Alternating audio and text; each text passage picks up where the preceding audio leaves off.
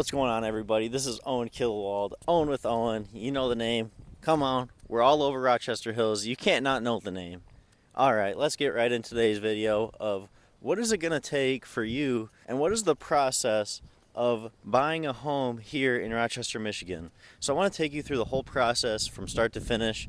And I believe it is a 7-step process. So let's go right into step number 1. Step number 1 of the process is actually getting pre-approved. Before you're able to write an offer on a home, sellers need to know that you are a qualified candidate and a qualified recipient of the home, and you're actually going to be able to close on the property.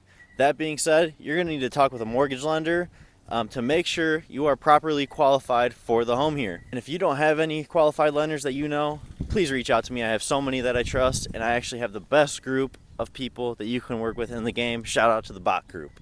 After you get a pre-approval, of course, you already have a great agent you're working with. That's right, I'm going to assume you're working with me. We're going to go see some houses. Now, it doesn't matter how many houses we go see. We can go see 100 houses.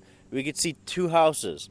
Once you find the house, you will know. You're going to walk right in that house. You're going to be like, Owen, this is the one. I need this house. And I'm going to say, you know what? This is where my job starts. I'm going to get you that house. So now, let's say we write an offer, we get our offer accepted. That's step 2, get your offer accepted. I know a lot of people in this market have been struggling with this step of getting their offer accepted. You know, people have been saying they're getting outbid and it's too competitive out there. Well, I'm just going to give you the reality of it. I don't think you have the right person working for you. I think that you need someone who's going to be a little bit more aggressive to get you the house that you really want. I'm going to give you the straight facts, and I'm going to tell it straight to your face, because that's just how I am. I'm authentic. Because if you want the house, I want to get it for you. Now that we got ourselves an accepted offer, where do we go from here? Well, that's going to lead us into step number 3, which is inspection. So during your inspection period is where you're going to want to do all of your due diligence on the property, actual home itself, the location, the area. You're going to want to make sure that the mortgage payment makes sense. This is your week or 5 to 7 day period to really make sure that every single T is crossed and every single I is dotted. You're going to want to make sure that you know this house and everything about it, and then make sure that this purchase is still comfortable for you, because during this period you're actually still able to back out and retrieve your earnest money deposits in most situations. But outside of the inspection period, it gets a little bit tighter and you're a little bit more solidified in this home.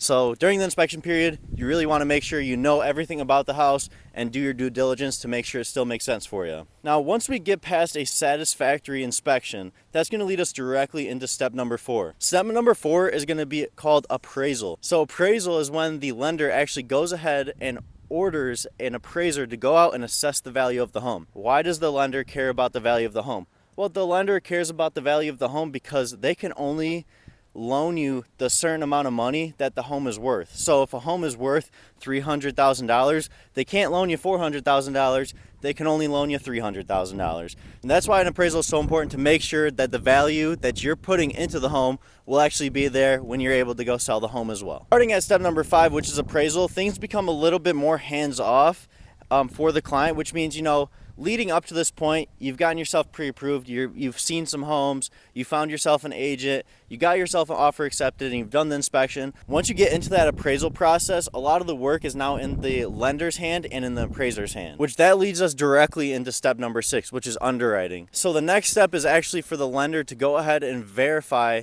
that all of your bank statements, your credit score, your W-2s, all of that information that they need on the lending side of things are taken care of and are handled properly, that you are able to close on the house. Once they have verified all of those documentations and made sure that you are good to go, this will lead us directly into step number 7, and which is the best part, which is a clear to close and closing on your house.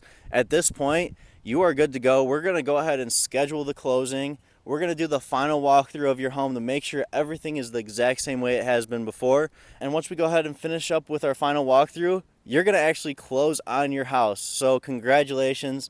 This is the big day. You get the keys to your property, and you are now officially a new home owner. So again, this is the 7-step process of what it's going to take for you to get you into your new home in Rochester Hills. If there's anything I can do on my end to help you out, I would love to. Thank you so much for watching this video. Please share it with someone who you think might find it useful. And if you have any questions, always feel free to reach out. Hope you have a great day. Take care.